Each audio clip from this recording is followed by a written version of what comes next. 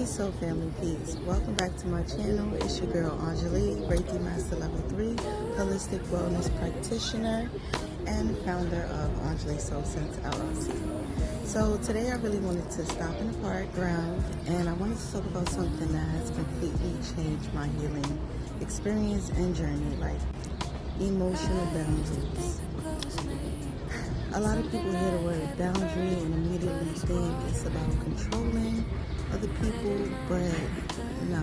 Emotional boundaries are about controlling anyone, actually. Emotional boundaries are more about protecting your peace, honoring your energy, and taking responsibility for your own, emotional well-being. No overgiving, no oversharing, So what exactly is an emotional boundary, right? Because people be like, well, I got boundaries, but do you have emotional boundaries, right? Because that's important, and it's a difference. An emotional boundary is an invisible line between your emotions and someone else's emotions. It allows you to really be compassionate without carrying someone else's burdens and energetic weight. It allows you to love someone without abandoning yourself, to be there, to show up for that energy, person, place, or thing, right? So many of us, especially healers, empaths, parents, caregivers, and people who naturally nurture others, we are never taught emotional boundaries. We are taught to observe, we are taught to fix, and we are taught to rescue. I don't know why, just like that.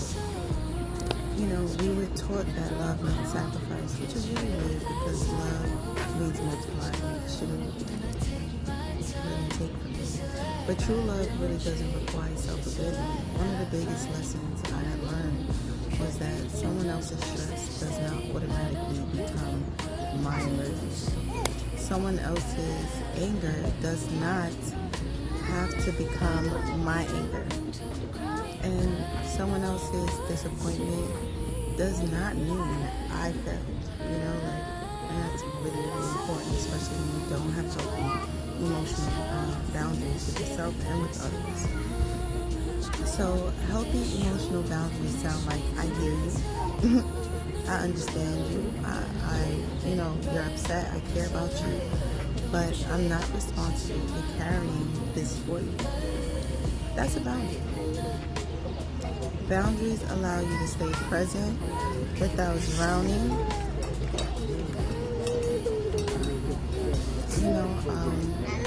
One sign that your emotional boundaries need strengthening is if you constantly feel exhausted after talking to certain people. Other signs is if you feel guilty for saying no, or if you feel responsible for everyone's happiness, except your own, right? You kind of put yourself on the back burner, which is not good. It's not normal.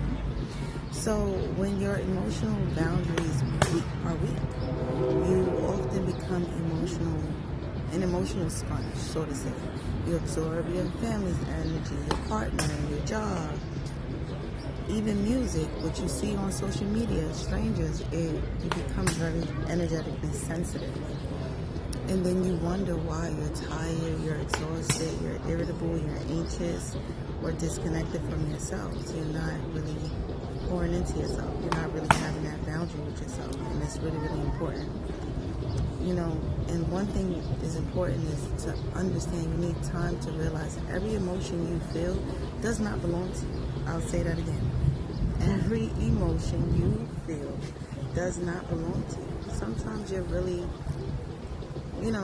carrying energy that was never yours to begin with. A simple emotional boundary practice is asking yourself, is this mine? Before reacting to a feeling. Pause. Take a break and take a breath. Place your hand over your heart and ask for real, is this emotion mine?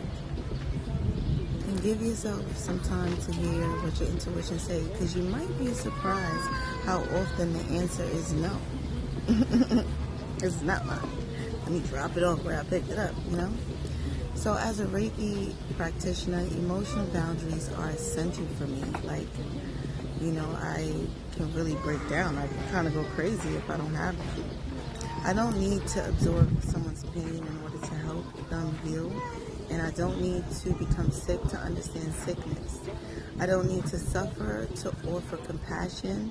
You know, healing happens through presence, not self-sacrifice. So today, I invite you to release the belief that, you know, being a good person means carrying everyone else's emotional weight. You are allowed to care, you know, without carrying.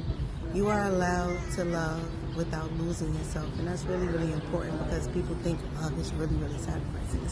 It shouldn't be all the time. It should be a balanced thing. You are allowed to support others while still protecting your peace. And I think a lot of people forget that. Protect your peace. Before I close this, I want to repeat this affirmation with you. And, you know, it helps me. I honor my emotions. I release what does not belong to me. I can love deeply while protecting my peace. My energy is sacred and my boundaries are healthy. I choose myself without guilt.